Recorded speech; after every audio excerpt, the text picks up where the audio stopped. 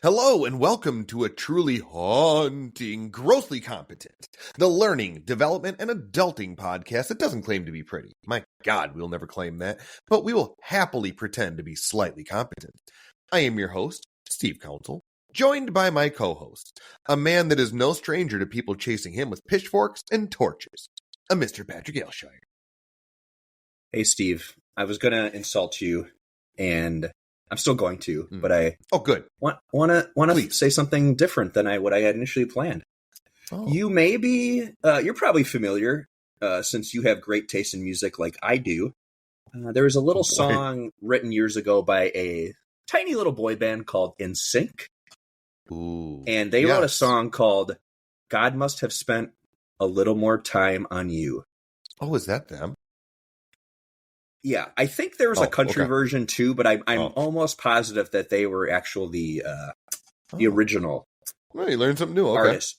Okay. I just wanted to mention that because I am 100% sure that song was not about you. Wow. What a slow burn of an insult. Wow. Well, I'm just really glad that I had a song written about me, right? Or I guess not about me. I don't know. Whatever. I'm an idiot. I'm gonna blame my brain fog entirely on the amount of Mucinex and Sudafed that is currently powering my systems. Listeners out there, if you can't tell, I'm a bit congested. I am on the back end of a cold, and thanks to the graciousness of Mr. Patrick Aylshire, we had postponed this recording.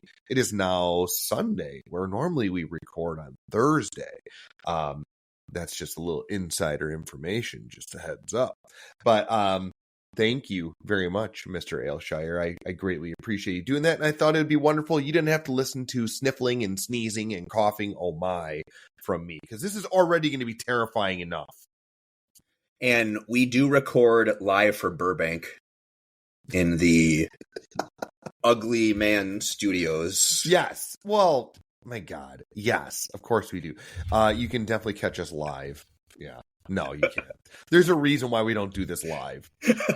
But if somebody is willing to have us at their conference and you want us to do a live episode, my God, just please let us know. You can contact us at grosslycompetent@gmail.com. Anyway, so here, hold on. Let me get into spirit here. Oh. Yo ho ho. Do we have a spectacularly spooky show lined up for all you? And I'm just going to say it. I am excited. You know why? Because it's Halloween. It is the best time of year. It's like the one time that I can let my slimy amorphous residue all over my face actually breathe into the air because it's Halloween, baby. I love it. Sincerely, this is my favorite time of year. It felt so good to not have to put my mask on today. Isn't it? It's like the greatest thing ever. It's beautiful. Fantastic. So yeah, man. Oh gosh, and we're going to talk lots about Halloween. But do you know what else I love? I do. Is that when the neighborhood 7-year-old bully finally leaves you alone? That never happens. But I am a big fan of who our fantastic sponsor is, and who would be our victim for this week. Our yes. sponsor is a little thing called Small Talk. Today's show is sponsored by Small Talk, keeping conversations alive with the weather, traffic, and sports scores since the dawn of time. Small Talk, the polite way to waste everyone's time. Wow. Thanks, Big Small Talk.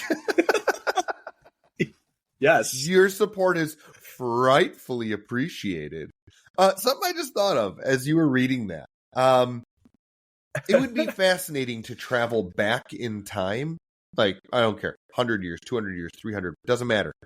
And what would the Small Talk sound like then compared to now? Would it still be weather. Yeah, it's there's out there. probably a lot colder talk. Yeah, since yeah. the globe is warming, as they say. Yeah, And it would be wow. And uphill, had to walk uphill both ways. Well, I mean, obviously they had to do that, and they did it barefoot. Oh, right? Of course, yeah. And there was a lot of snow. Yes. Yeah, there was a lot of, I guess depending upon where you were, there was a lot of snow. Here in Wisconsin, probably a lot of snow. Yeah, I don't know. Just something that kind of popped in my head. So thanks again, Snacks and Sudafed. Yeah, and I think the sports talk, in the 1800s was more about baseball and well, maybe or the war games.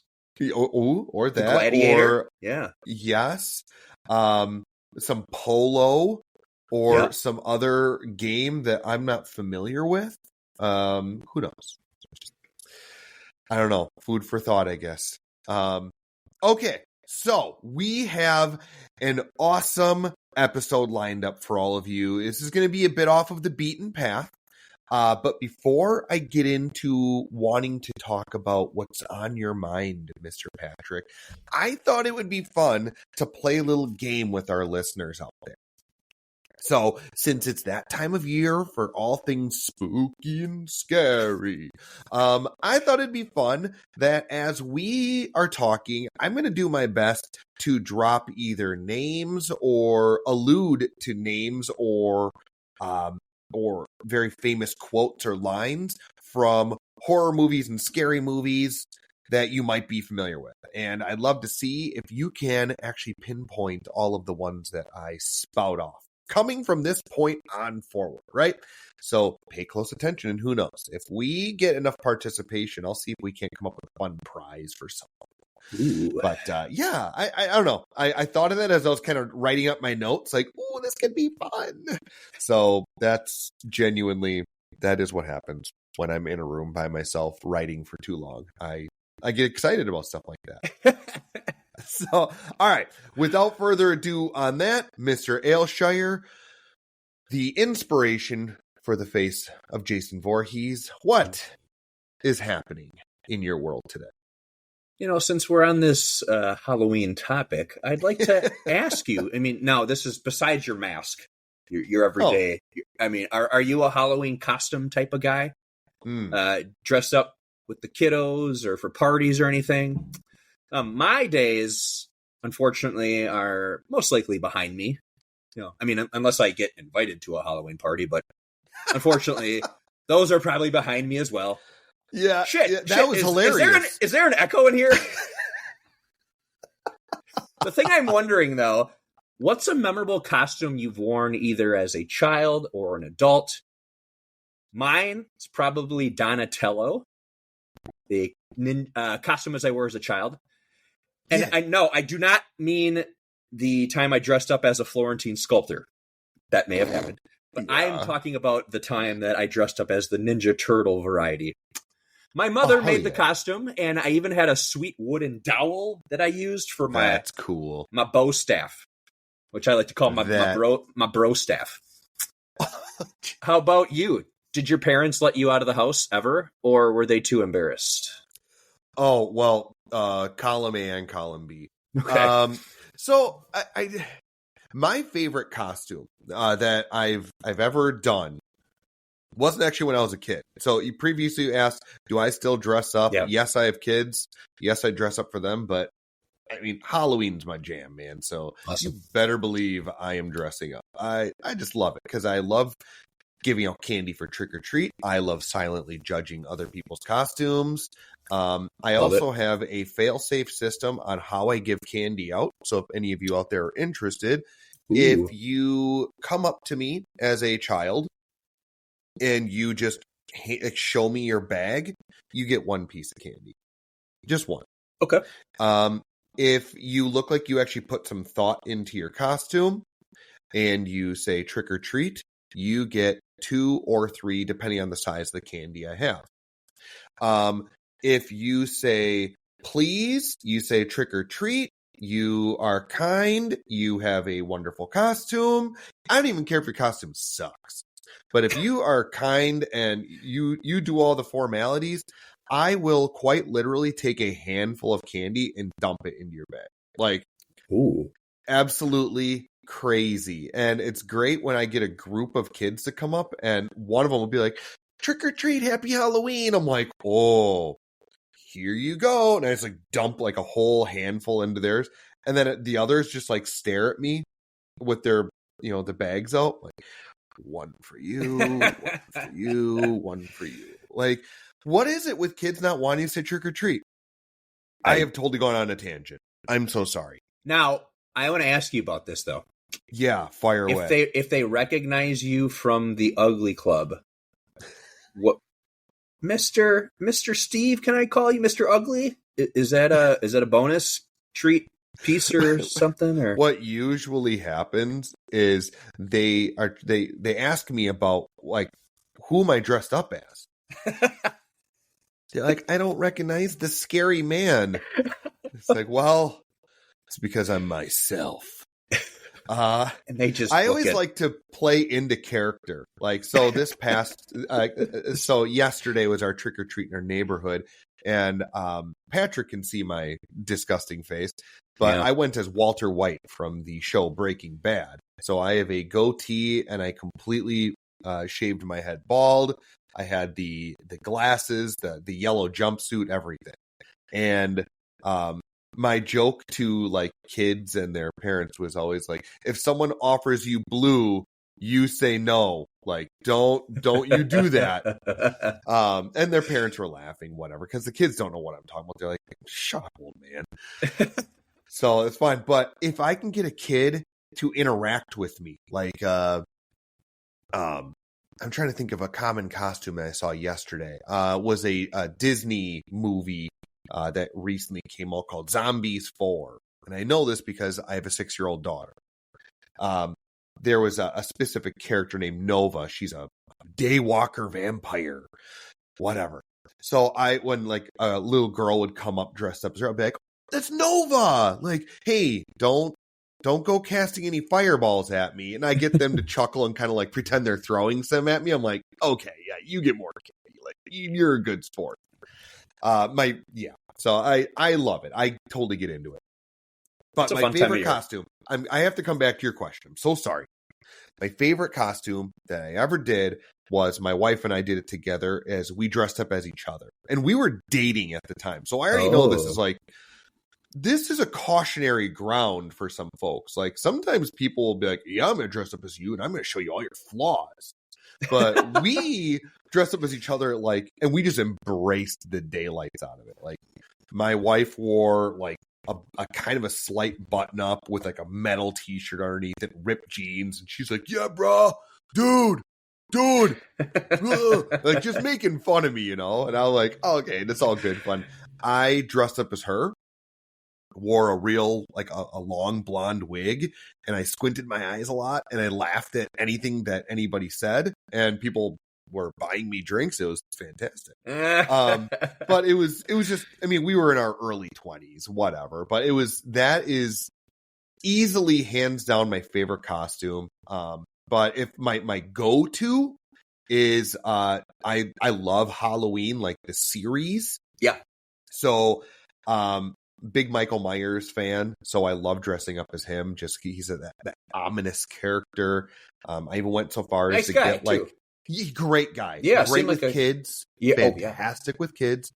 I even went so far as to get like a replica 2018 mask because I like the OG 1978, but I think the 2018, just that one, that trilogy's terrible, but the first one is very good. And if you disagree with me, fight me in the comments. Okay, I'm just saying. So there's that. So there's my very long-winded answer. Okay. I forgot what the question was. Are you satisfied? I have a way of doing that. What can I say? I'm so sorry. Oh my God, no. 50 turns. Holy hell. I was at a concert. I was at a concert once, and the artist, I'll call him up for it because it was really funny. Now, Matt Nathanson may be familiar. He had the radio hit "Come On Get Higher" years ago. I'm not going to sing it, but you can Google it. That's not the same as Creed. right? Like, can Oh, you take thank me God, no. higher? No? No. Okay, sorry, I digress. I wouldn't be at that show. No, but hey, Creed fans, that's cool. He was going on about the origins of one of the songs that he wrote, and about halfway through the story, which was going on for a couple minutes, he said, "I'm sorry, long story longer," and then he started to continue to go on. It was great. It was like we need that little quick little segue, little break, like a hey, I'm not done yet, and I've still got a ways to go. Yeah. So, this is a good time to use the bathroom, grab a beverage, a snack, maybe, whatever. That's awesome. I've also heard that. I've also heard short story long. I'm proof in that. My God, there's no such thing as a short story when it comes to me, not even remotely. But I appreciate you being such a wonderful listener. Of course, there's some active listening. All right, faithful listeners, we've got such sights to show you on this episode. And in the spirit of Halloween, I thought it would be fun to have a monster mash of an episode. A little bit of this, a little bit of that. The thing here, the thing there, whatever. And since we're talking about work life and adulting, I thought it'd be fun to first talk about something we can all appreciate. A little paranormal activity in the workplace. Ooh. Now, I assume anyway, some of our esteemed folks out there in listener land are probably rolling their eyes and saying, oh, ghost stories. That stuff's for the birds. But I actually did the research on this. For the 41 to 48% of folks out there that do believe in some form of the paranormal to some capacity, I thought this would be a fun topic. So with that, I'm going to start with this. Are you a believer, Mr. Patrick? I'm sorry to interrupt your name drop game, Steve, but I actually can't believe you mentioned the birds. That one was supposed to be hidden. Damn it. But that is a terrifying film, and I have to bring it up. I'm sorry. It freaked me the hell out to watch as a sixth grader. Sixth grade! What the hell were they thinking showing us that movie? And yes, we watched it at school.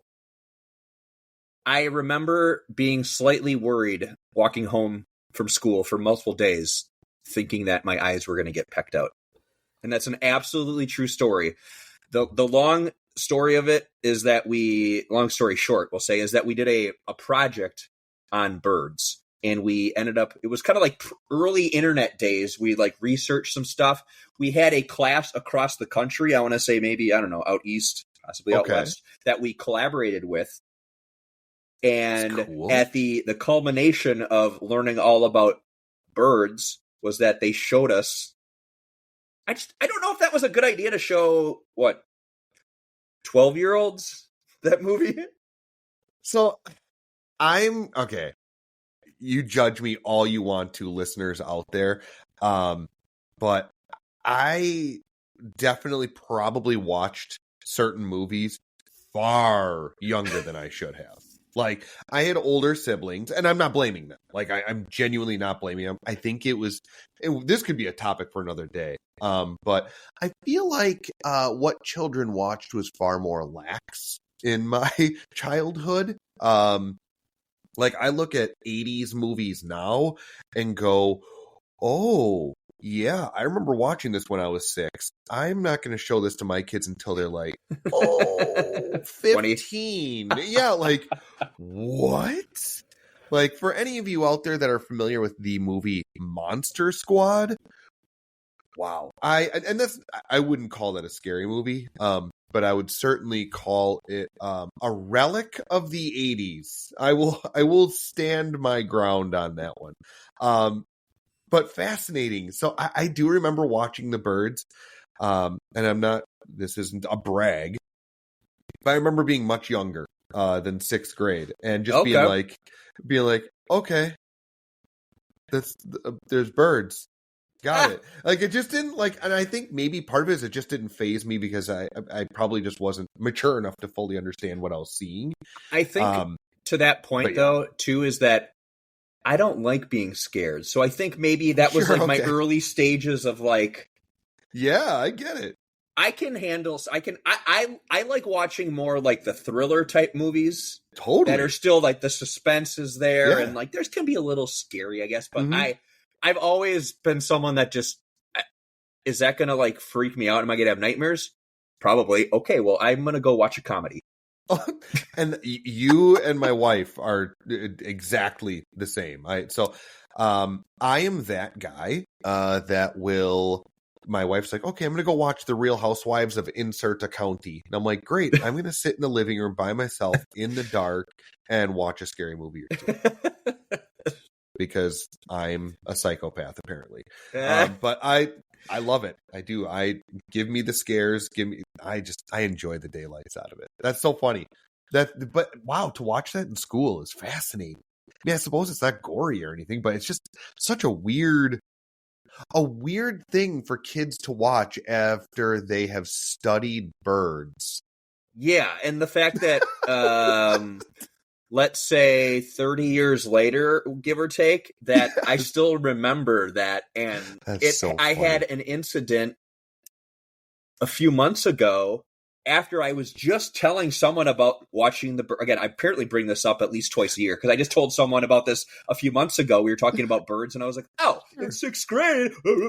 Well, literally that day, that day, I was walking my dog who, again, she's 14 pounds, small dog, downtown, and we got seagull bombed. There was a seagull apparently just pissed that we were walking by them, and the bird came from a tree, and it literally got to my waist level.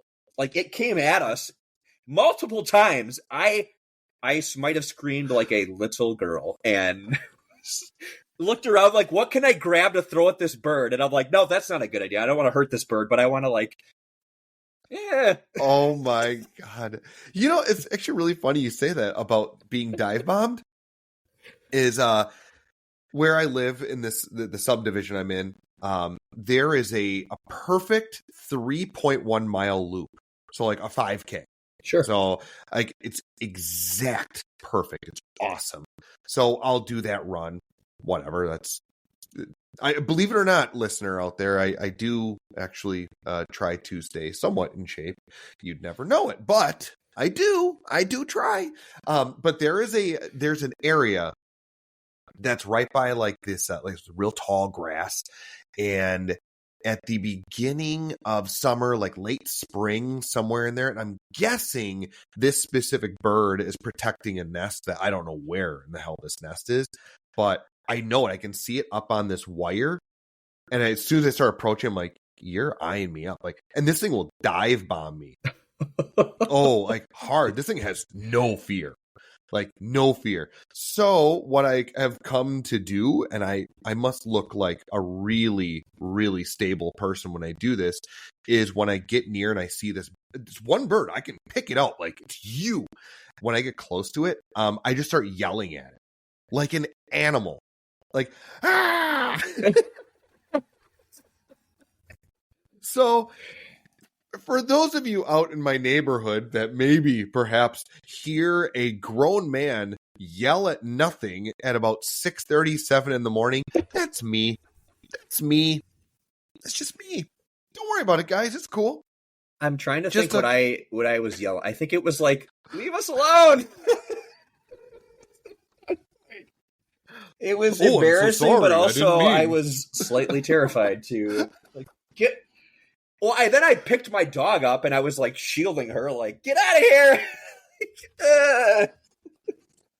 That's so God.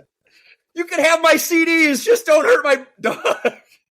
Oh my God, do you think that seagull's one that stole your CD player? It might have been. Just coming back for more?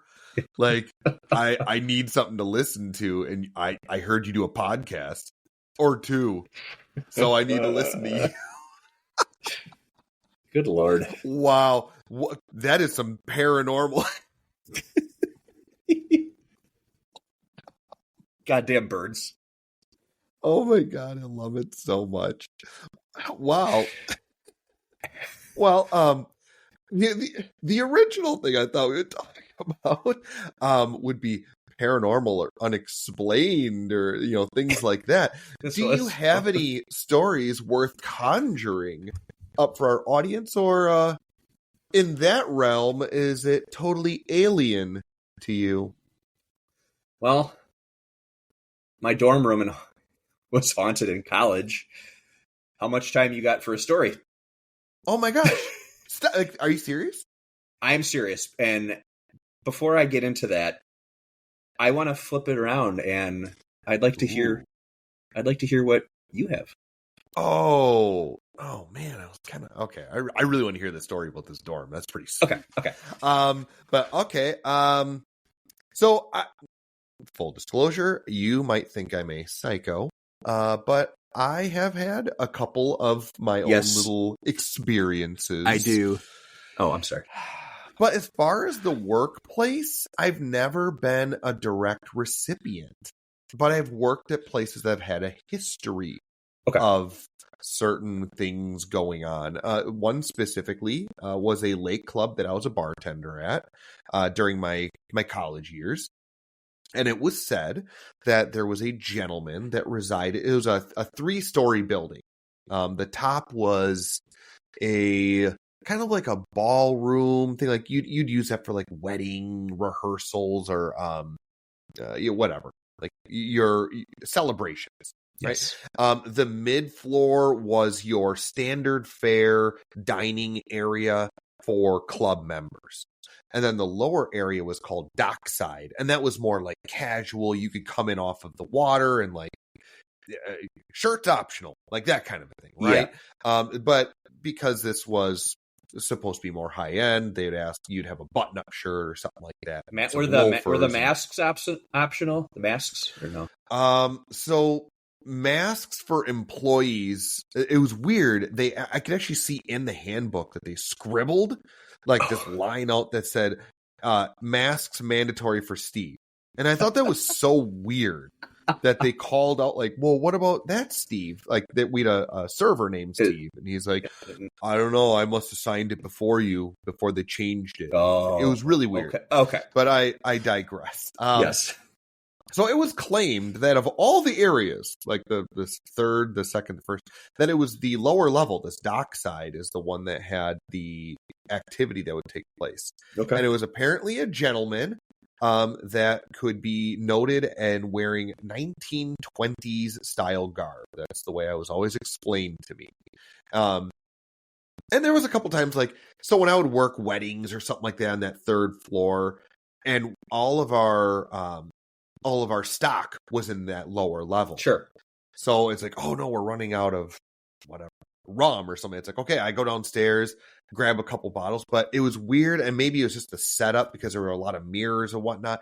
It always felt like something was just in the corner of your eye kind of a thing. And for all I know, it's just my mind playing tricks on me. Totally cool. And I will openly admit that.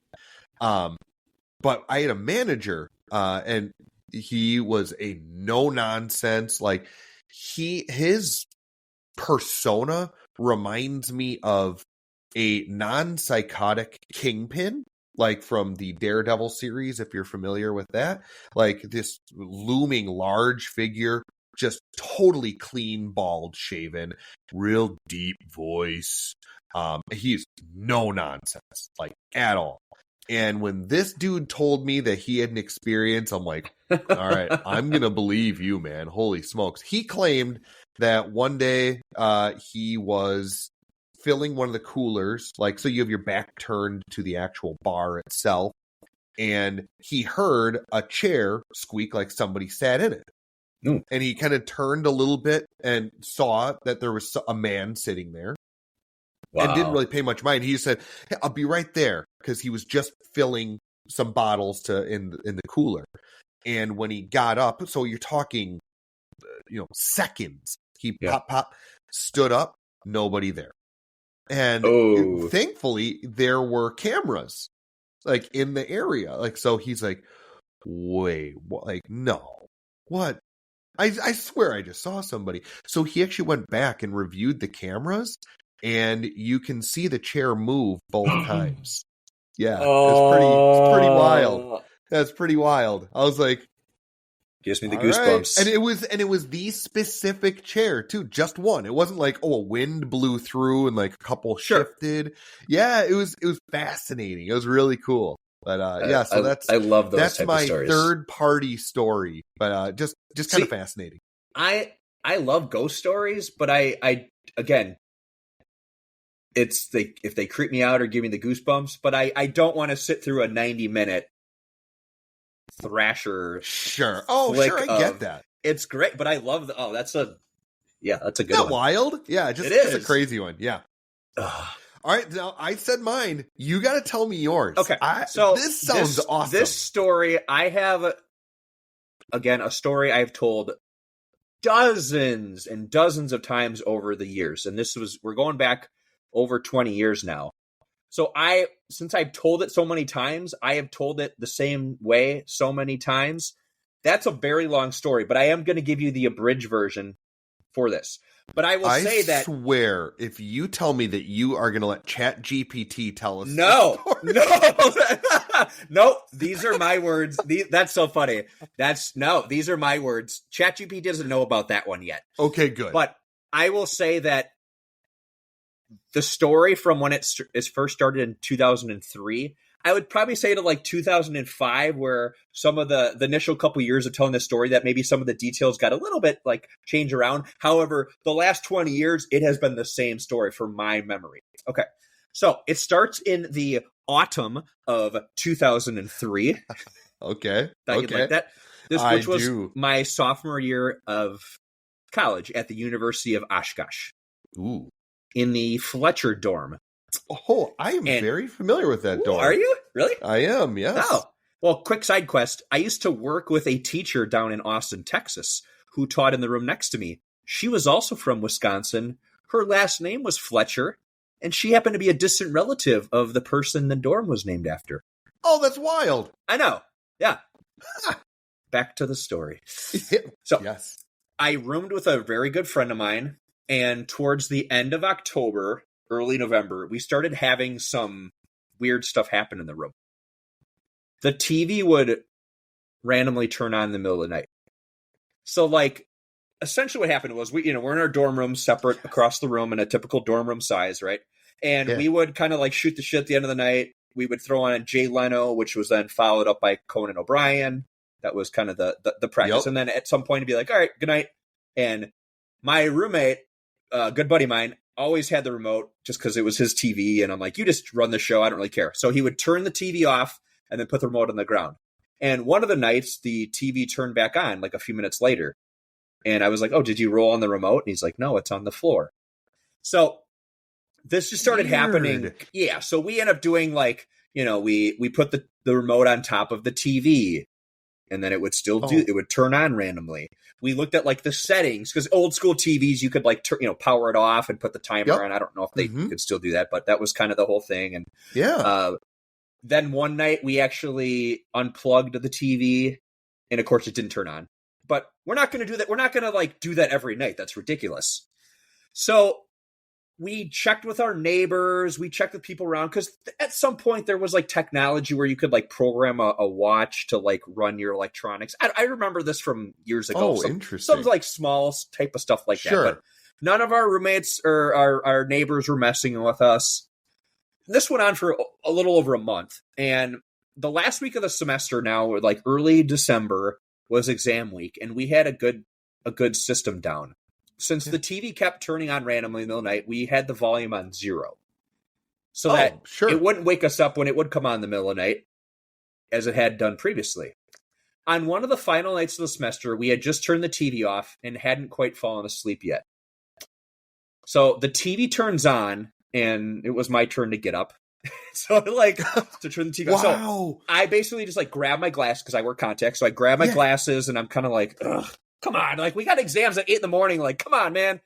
But again, we hadn't even fallen asleep yet. So I walk towards the TV. This is like the 3 feet. And again, you're in a small dorm room. As I'm doing that, the volume bar goes all the way up. Oh, so now, and this is an old school TV, so you can actually see the volume bar. No and way. like, I think it was probably Conan O'Brien or some commercial or whatever starts going up to full blast. So we both look at each other like, holy shit. And we just run. We go like, we like run towards the door because we wanted to get out of the room. And so we get there at the same time, Steve, and my friend steps on my foot, like, just because it was just bad timing. So what I thought just stubbed my pinky toe really badly. It hurt so bad. Yeah. And minutes go by and we're like laughing about this, but also like that was really creepy. And I've got my foot in an ice bucket because I'm like, this really hurts. Well, I ended up having to go to the next morning. I had to go to my exam first because the student like health center wasn't open yet. I'm like limping there hours later. Oh no. And they're like, well, you need to go to the hospital because it's either broken or dislocated. And obviously if you have a broken toe, you can't do anything. No. If it's dislocated, they will set it back in place. So did the x-rays, had a friend of mine who had a car, took me there.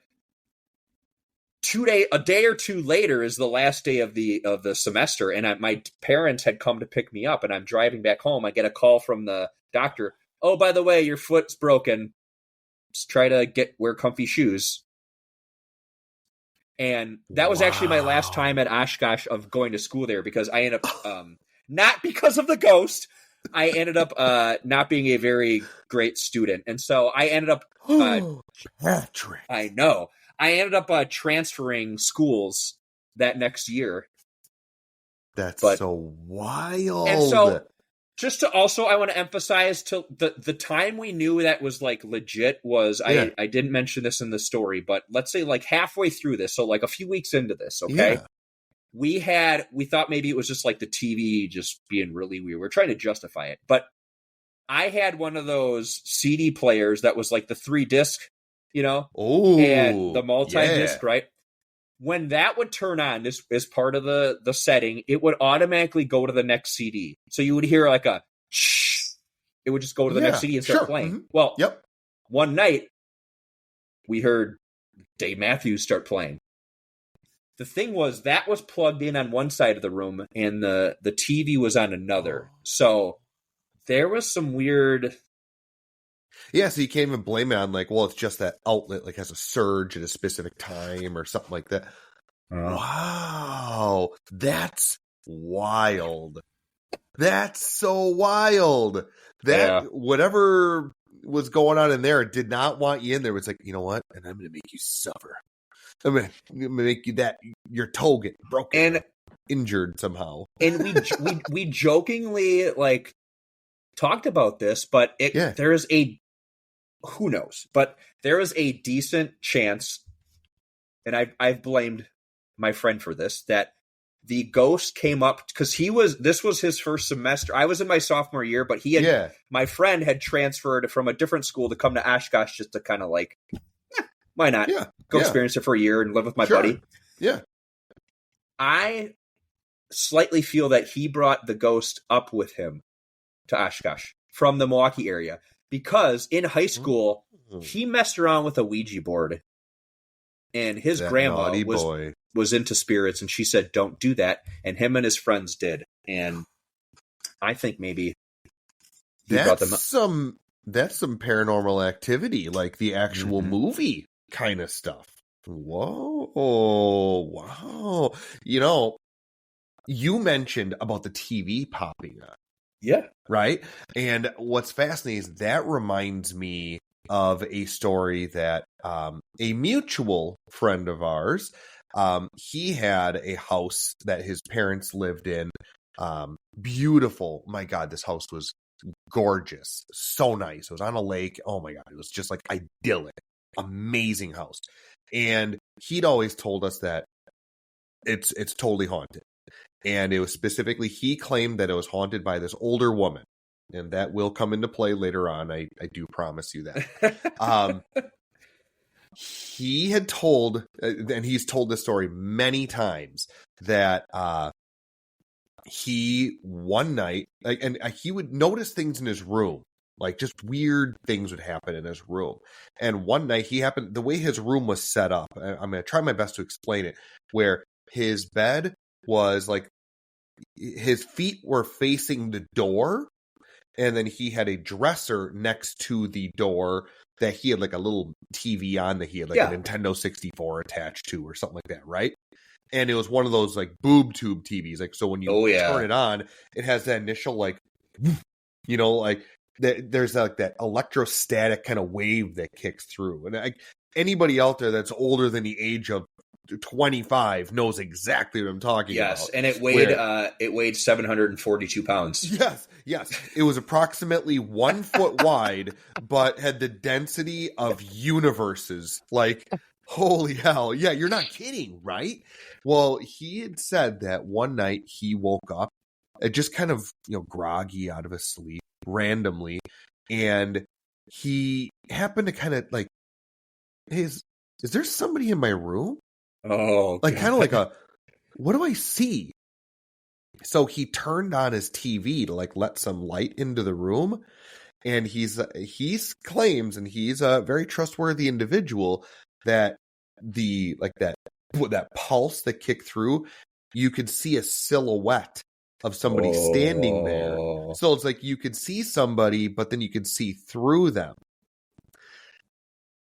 And rightfully so, as a 12-year-old or 10 or however old he was, he's like, I jumped from my bed through my door, like without hitting the ground, and got out of there so fast. And then he says that he ran down to his parents, said something, and they're like, no, go back to bed. He's like, so I slept on the couch. So he would tell rightfully us these. So. Oh, I mean, he deserved it. No, he would tell us these stories, and me being fascinated by this stuff, like I loved it. So when we were in high school, and for those of you out there, don't follow my advice on what I'm saying right now, but when we were in high school and being naughty and indulging in beverages that are only for adults and 21 years of age and older, we would try to bring her out. We wouldn't use a Ouija board, but he always claimed that whenever he would have people over, it didn't matter if it was 1 or 50, if he had people over, she did not like that. Like, she did not like other people in the house. So he was kind of apprehensive about having people over. But then, of course, we're in high school and we're being smartasses, and we're like, let's bring her out. Let's bring her out. Yeah. And he's like, oh my God, no, like I live here. Like, please don't do that. We're like, yeah, good decisions. So we would just like hoot and holler and like whatever. We're just trying to like bring her out. Obviously nothing ever happened. But stuff always happened when we'd wake up. Like, and by that I mean furniture would be moved, or like the weirdest one was this little kind of like a side table almost right next to the front door, had all these pictures on it, whatnot. That was pulled in front of the door, like blocking you from getting out, and all the pictures were face down. Whoa. Like, super random stuff. Like, or there would be like an umbrella holder just like in the middle of the room. Like, that's just bizarre. Here it is. Did you need an umbrella before you left? Like, really random stuff. Just super random. But yeah, it just crazy. That's when wild. You said about the TV, I was like, oh yeah, gosh, that's so wild. It reminded me instantly, and that's crazy. It's so crazy. That is. That's yeah, and it's creepy and mysterious, and that's fascinating.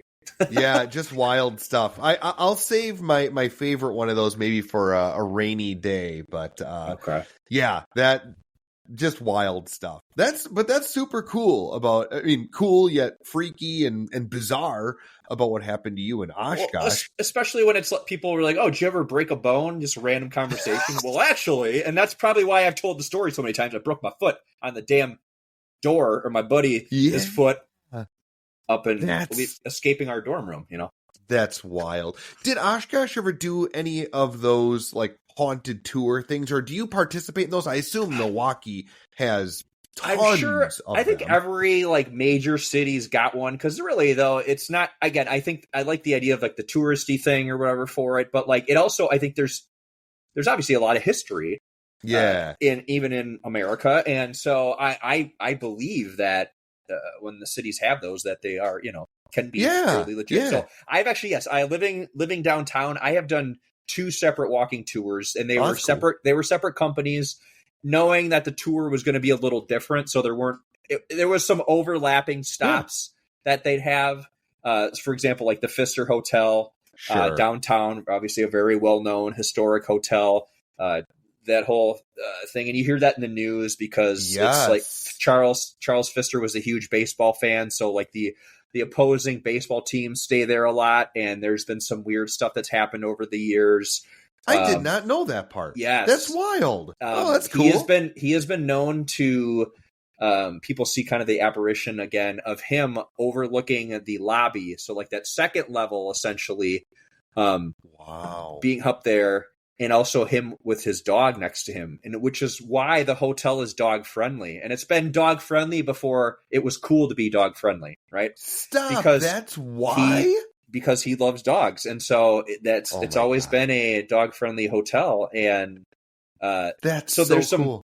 some stuff that's happened there. And then there's a couple other places, obviously downtown with the churches and another hotel, which is kind of cool. Some of the Pabst Theater and Mansion and that type of stuff too. Mm-hmm. So I'd always heard, and maybe correct me if I'm wrong on this, but the music venue, the Rave or the Eagles Ballroom, like I've heard that has some history. I've heard, to it. I don't remember the specifics, but there's me neither. Definitely some. I mean, there's the underground pool. There's a pool in the bottom. So is that real? That is real. Heard about that. No, they did tours. They've done tours with that. Really? Yeah. It's signed by some of the musicians and whoever's been down there. Gosh, so that's so crazy. Yeah. I don't know if I would want to know what that pool looks like, because I've been to a lot of concerts at the Eagles Ballroom and the Rave, and I'm often afraid to use their bathroom. So I don't want to know what some secret pool in the basement looks like. Yeah. I don't know. Maybe it's clean. Maybe that's like the the opposite of the rest. I don't know. I'm sorry, Rave and Eagles Ballroom. I do love coming to concerts at your place, but maybe... I think they added air conditioning finally. Oh my gosh, did they really? Yeah. Oh, so awesome. Oh my gosh. At least fix the ventilation. The amount of times, man. And like, so I'm typically, if I go to a concert, it's like, you're moving around a little bit. Yeah. Well, not in my years now. I actually have a sweatshirt from a like a hardcore band that on the back it says, I used to mosh. And it's like, yes, that is above my pay grade now. I will gladly watch you young whippersnappers beat each other up. I will watch from the distance. Thank you very much. But the amount of times I've been to sweaty old concerts in there, and it's always like February, right? Where it's like, it's colder than the coldest cold. Yeah. You don't want to wear a sweatshirt in because you're just going to roast. But you don't want to wear a t-shirt in because it's -10 outside. I can't win. This sucks. But, oh, gosh. Well, that is really wonderful to hear. Great job on putting in some air conditioning and fixing your ventilation. Like, better late than never, I guess. That's cool. Have you done any of the walking tours or anything that you've been in a city for? So I did one. Oh, gosh. It's got to be over 20 years ago. Okay. I did one at St. Augustine in Florida. I was there on like a spring break or something like that. And that was really fun. That was super cool. And it just, if for nothing else, the historical value of just learning about all the different buildings and whatnot, because it is such an old city. That was cool. And the tour guide was great about saying, like, take as many pictures as you want. And if you see something anomalous in there, show us. And we'll put it on our board. And like, it was really cool. Like, so they definitely get into it and have a lot of fun with it. And they had at least 20 some years ago, at like their office where you would take the tour or start the tour. They would have this wall of all these Polaroids and pictures that people took of orbs and and whatnot. And I actually just noticed now that apparently a cloud must have gone by, because it's really dark in the room I'm in right now. Like, woo! But interestingly enough, I have actually been a guide for one of those kind of haunted tours. Oh, look at you. I know. What can I say? I mean, I was scary enough as is. Yeah. Obviously. I mean, I am quite the terrifier, if I do say so. When I was a student at University of Wisconsin Whitewater, I know. Hold for applause. Okay. I know. Yeah. They don't have any plaques with my name on it, I can tell you right now. Like most mediocre student, they're like, that goes to not even you, because you didn't even hit that mark. But every Halloween, they would run a campus-wide tour, and you could sign up for like actually like doing the tour or being a tour guide. I did it one year, my freshman year, and I was like, that was super fun. Like, just a good old fun time. So the sophomore year, I signed up to be a tour guide. What the hell? Let's have some fun with this. It was a great time, but I have to admit, there was a part of me that was a little sad, because they openly are like, okay, so about half these stories are true, and the others are wild embellishments with like slight truths. I'm like, dang it. But I did like the fact that there were some that they claimed were true, which I thought was like, okay, I'll kind of really squeeze onto those. Like, that's did they tell you which ones, or they just said, by the way, it's like okay. They did. Yes. Okay. Well, like, as tour guides, we could if we wanted to, but that kind of ruins the fun. But I did know which one. They were like, well, this one apparently has some history to it, and this one is like, I thought maybe so loosely based on a true story. It's like an amalgamation of itself. Like, whatever. That's nothing. There was a couple of fascinating ones. One that that always sticks out is apparently, and it's more of an urban legend than it is like a spooky, scary story, is that there is a book in the library of the UW Whitewater campus site, whatever, the library, that is, they said it wasn't locked away, but you can't find it. Like, they won't tell you if it's the book or not, but apparently, like, if you read it, bad things happen, or you go crazy or whatever. Just really random, super weird. And of course, me being an ass, I'm always like, oh, was it Twilight? Like, but yeah, interestingly enough, there was talks, and you probably can get up on YouTube still. There was talks of a Hollywood movie being made about like that premise. Really? Yeah, there was like really crappy trailers made for it, like one specifically, and it's great because you can clearly tell it's not filmed on campus in Wisconsin, in Whitewater. It was like in Boston or something like that. Like, you can so clearly tell. And it's like, in Whitewater, Wisconsin. It's like, no, that's not. I promise you. Like, there isn't at least one passed out drunk student, like, in any shop. Like, that's not Wisconsin. So, yeah, that always cracked me up. But yeah, there's some good ones in there too. There were some fun little stories for anybody out there that is in the Whitewater area. Please participate if they still do it. A lot of fun, and I know all the proceeds go to like student council events and stuff like that. So pretty neat stuff. Amazing. Yeah, all good. You have any fun, other interesting tidbits?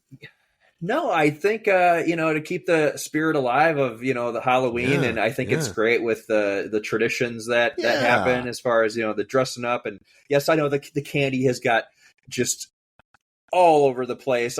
There's so many now, and the king size and all that. I love it. Let kids be kids. I will say I was super pumped to see that a lot of local places, they in each city they'll list like these are the communities of when they're doing them. There is a bunch of them since Halloween's on a Friday this year. They're doing a bunch of them on Halloween at night. Like that's so cool. So awesome. Like, come on, what is really this? Cool. Oh, we're gonna do it from noon to 2 p.m. on Saturday the 25th. Like, come on. Like, so I will say we did in our area, we did do it on the 25th. Losers. It was from 3 to 7. Okay. Oh, so it's a little dark. Getting dark. And we do it because, well, we can't plan for it on Friday. Plus, kids typically have school and whatever else. But the alternative was if they weren't able to do it on Friday, because that's really hard. Like I said, kids have school. They would be doing it on November 1st. So it's like, well, can't do that. So that's okay. I don't mind the 3 to 7. Plus, it's nice on Saturday too because the kids go bonkers. They're sugar high to the limit and beyond. They're riding that adrenaline of like, wow, this is so much fun. So Sunday is a day for them to wind down.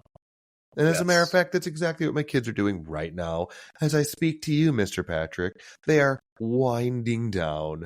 And I'm surprised I haven't heard any wailing in the background from having to do like math homework or something extra spooky and scary. Oh, gosh. Yeah, I know. That's what happens when you wait. You don't do it. But we're trying to teach my kids that they need to be responsible for their own work. So that's my parenting tidbit for this episode. No, I love it. Well, you brought up candy. Do you have a favorite candy? Oh, for gosh. Halloween, like a Halloween candy. Well, I mean, if it's not a peanut butter cup pumpkin, which gives you the ultimate, it's like the trees for the holiday or for like the holidays, right? You get the ultimate as if you get more, peanut butter, the chocolate, the ratio is, that's up there for sure. I mean, I always love a good Kit Kat. As long as I don't have to share it. I don't want to. There's no breaking off a piece. No, it's breaking off the piece into my mouth, and then the other one. Yep. See, you're better. I just take the whole thing and.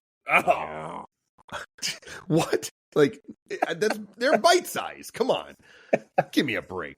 Oh boy, this is gonna be controversial. Oh god, candy corn. It's got to be Brock's. Yeah, I do love me some candy corn. I know.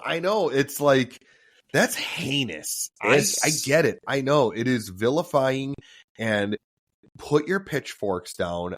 You've already told me how much you can't stand candy corn world. I get it. But let there at least be one dumpster that will take it in.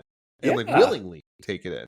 So I do like candy corn, but I'm not going to take candy corn from like rando people. I'm going to buy the damn bag and eat it myself. Sure.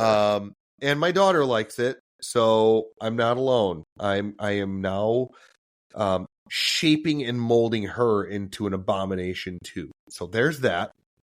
I thought you were going to maybe even stoop lower and be like, Tootsie Rolls. Oh God, no. So lame.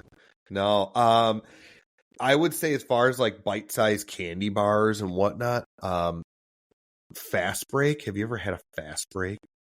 It's a Reese's like brand. You owe it to yourself. You owe it to yourself to have yourself a Fast Break because they are absolutely insane. So good. Like, my sister turned me on to them, and I've kind of quietly hated her ever since. So I'm like, this is not what I need to be eating. But guess what I am going to do? I'm going to eat like 6 of these because they're so good. My God. So highly recommended. Highly recommended. I'm excited to try that. Oh, God, yes. Any other fun things? You know what you mentioned? There is one thing I wanted to make sure I did, and I had it on my notes here, and that is you mentioned that you don't like the spooky, scary movies, but you like the thrillers. What is a go-to Halloween film for you? Hocus Pocus. All right, that's the end of this episode and the podcast for the rest of all what time. Are some Thank good? you so very much. I will turn this around and ask you: what would you consider a good Halloween movie that's a thriller? Silence of the Lambs. Silence of the Lambs is a good thriller. I've seen that movie. I wouldn't watch it during Halloween, but you just watch anytime. But that's an example of it. Monday mornings. What's Monday mornings? I start my week watching Silence of the Lambs. Like a normal person. Yeah, it's a good way to start the week. You know, some people work out, some people meditate. I watch. That's good. So you watch that. I like to watch Saw. Oh, and actually, that one I will not watch. That stuff. No, you're not missing out. True story. Absolutely, this is. God, I'm embarrassed. I don't even know why I'm saying it. I took my wife to go see Saw as our first date. Wow. Hold for applause. And she stayed with you. And she hates horror movies. Hates them. I didn't know that at the time. So I was like, hey, do you want to go see this movie? And she's like, you're gross looking and I feel bad for you, so sure, I will go see this movie with you. Okay. Well, the lights would be off in the theater, so I actually think that was part of it. And she's like, you don't have to talk to me, and I can just close my eyes and you won't know. But yeah, so we went and saw the movie Saw as our first date. Yep, I know. Remarkable. And we started dating on Halloween. Crazy. I know. It's just wild stuff. What can I say? It is a match made in heaven. Excuse me. What's the quote? I forgot what they say. Yeah. Yeah, it's something. I don't know. I look back on that and I was like, how? Why? What? I don't know. No. The amount of people I've told that to and just the look of disdain on their face, like, you are so stupid. And they're right. They are correct. I'm an idiot. Because who in their right mind thinks that's a good idea? Oh, psychopaths do. That's what. Like, apparently I am that. Wow. So, whatever. You know, the fact that it worked out is even more incredible than it wasn't like a failed thing and she left halfway through. The fact that you are... you've been together for so long, married, kids, it all. Yep. Well, I'm thinking that I might maybe take my next date to see Saw if it comes back in theaters. Which reminds me, Steve, maybe the name I pick is someone that's on our possibly Wheel of Opportunity. Give us that dedication, that opportunity. Let's do this. Let's spin this bad boy. Let's do it. All right. I'm going to spin 3, 2, and 1. Whoa! Let's do it. Woo! All right. Let's see. Come on. Let's see. Hannah. I with like that. An H at the end. Like, was that the way Hannah Montana was spelled? Let's do it. Let's. Hannah Montana was at Boomers would have been amazing. Dude. Hannah, my goodness. Thank you so much. Thank you. You are a delight. You are a treat. And I would go as far as saying that this is an extra special dedication because this is the Halloween Spooktacular episode. And that only comes around once a year. So, Hannah, you rock. You're like kind of a big deal. I don't know if you know that or not. But thank you so much for everything that you have given us over the years, including the Ugly Club. Do you have any words for them? Yeah, I want to just say, Hannah, if you are not Hannah Montana, but you might go by Miley sometimes, let us know. And we can always thank a Miley. That is this like, would it be fair to assume that this dedication is like a duel.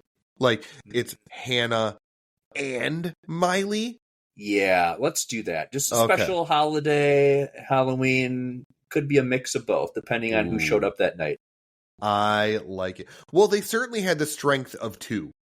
Because easily. of how they were willing to just cast us both aside, like absolute, like just rag dolls. Just, I mean, I still have a lower back injury due to that shove that happened that night. Yeah, I kind of felt like it was like an exorcism, like just cast the demons aside, right? Exactly. And Hannah, I know what you did that summer. Ooh. I think it was summer too, wasn't it? I swear to God it was. It most likely was. That is awesome. What a scream. Ooh. Oh my God. Whatever. That's quite the Texas Chainsaw Massacre. Boomers Massacre. We were quite the Hellraisers. Ooh. Even though Hocus. God. Oh my God. I love you so much. There's some Hocus Pocus too. There is. My wife and my daughter go to a Hocus Pocus party in October every year. So good. I'll go. So, I will let them know. Great. I'll keep them informed. I'm glad you enjoy that, though. You know what? That's some 90s nostalgia that you are allowed to like, Mr. Patrick, and I can't take that from you. That is acceptable. Yes, absolutely. Appreciate that. And for the rest of you, I just want to say thank you all so very much for joining us on Grossly Competent's Spooktacular episode. I'm glad we didn't have to put on our monster masks. Isn't that the song? Monster Mask? That was written They for us, did right? the mask. They put on the monster mask. That has to be the song. I think that's it, yeah. Well, for those of you out there that are thinking to yourself, this was a thing. And my gosh, how in the world could I possibly support Patrick and Steve and maybe give them a piece of my mind in the best way possible? Let me tell you how you can do it. Let me tell you. So you can take a moment. You can subscribe, follow, give 5 stars on Apple Podcasts or Spotify. I promise we do look. And we certainly appreciate everybody that does so. You can tell your friends, your family, your coworkers a spooky specter in the Fletcher dorm. Or that awesome L&D person at your company and say, hey, there's this Grossly Competent podcast. You should totally listen to it. You can give us a shout out on socials. And if we're on it, we will gladly respond because we love you. You can email us at grosslycompetent@gmail.com.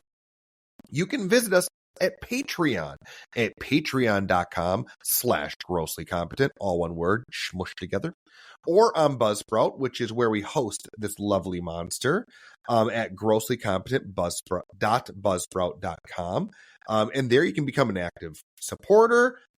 Every cent counts. We appreciate every single one of you that does contribute. You are amazing. We love you. Thank you, thank you, thank you, thank you.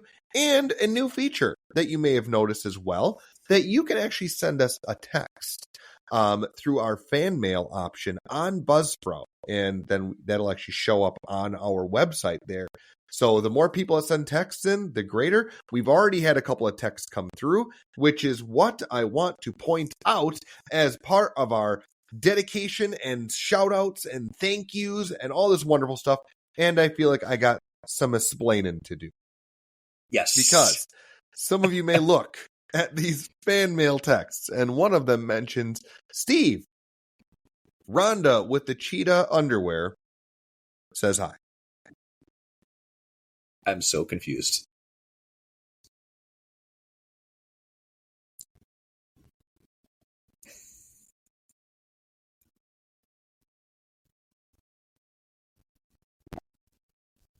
Okay.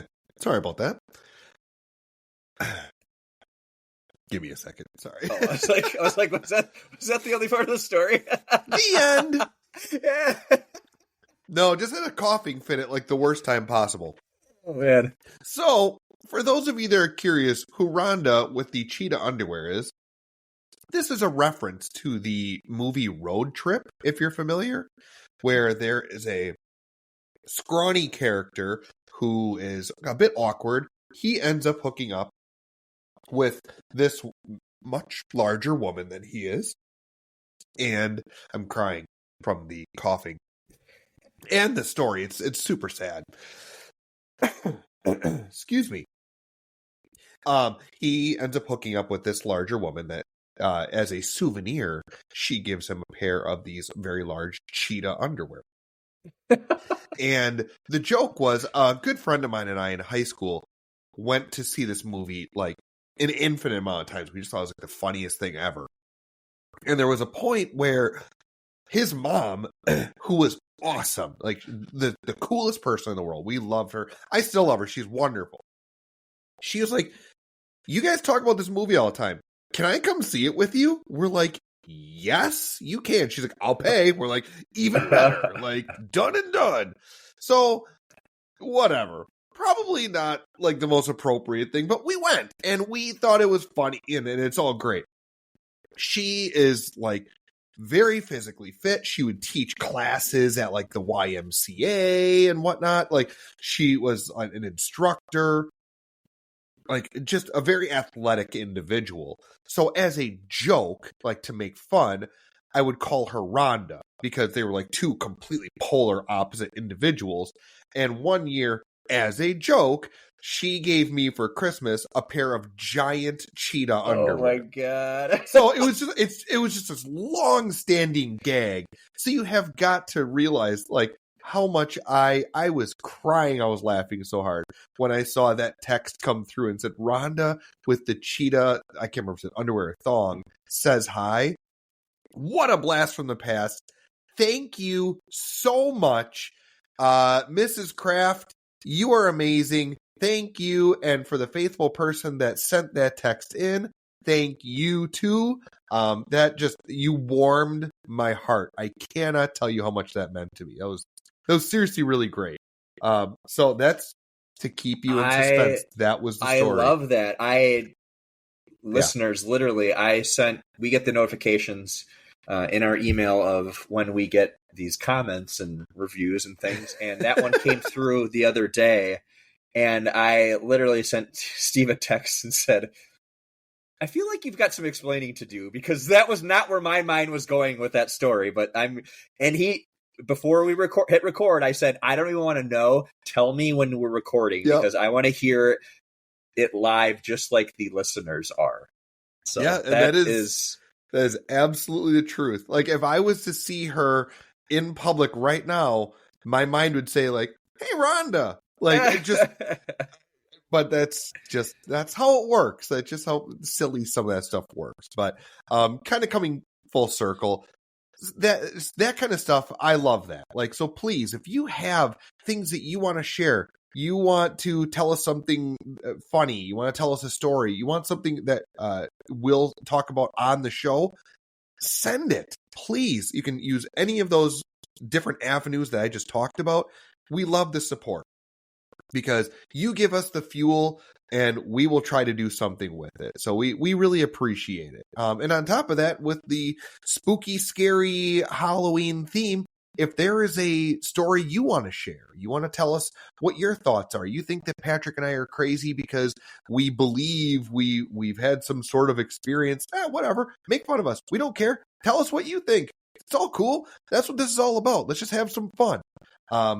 But without further ado, I should say, Patrick, do you have any parting words for our fantastic listeners out there? I want to say, whether or not you are getting dressed up this year, whether or not you're passing out candy, whether or not you're watching your favorite scary movies or TV shows, like, are you afraid of the dark? Ooh. Sorry. Or the birds. Have a good time with it. Enjoy it. It's a fun kind of start to the whole ramp up end of the year holiday time of year. And yeah, and if you're in the Midwest area or even out east in the upper echelon part of the United States, we'll say, where the leaves are changing and all that good stuff. It's just, enjoy it all, because all of a sudden it'll be dead cold winter and dark and all that jazz. So I just want to say thank you all for listening. Absolutely. And with that, folks, fellow Uggos out there, thanks again, and we'll see you next time. Ugly. Woo! Ooh, out.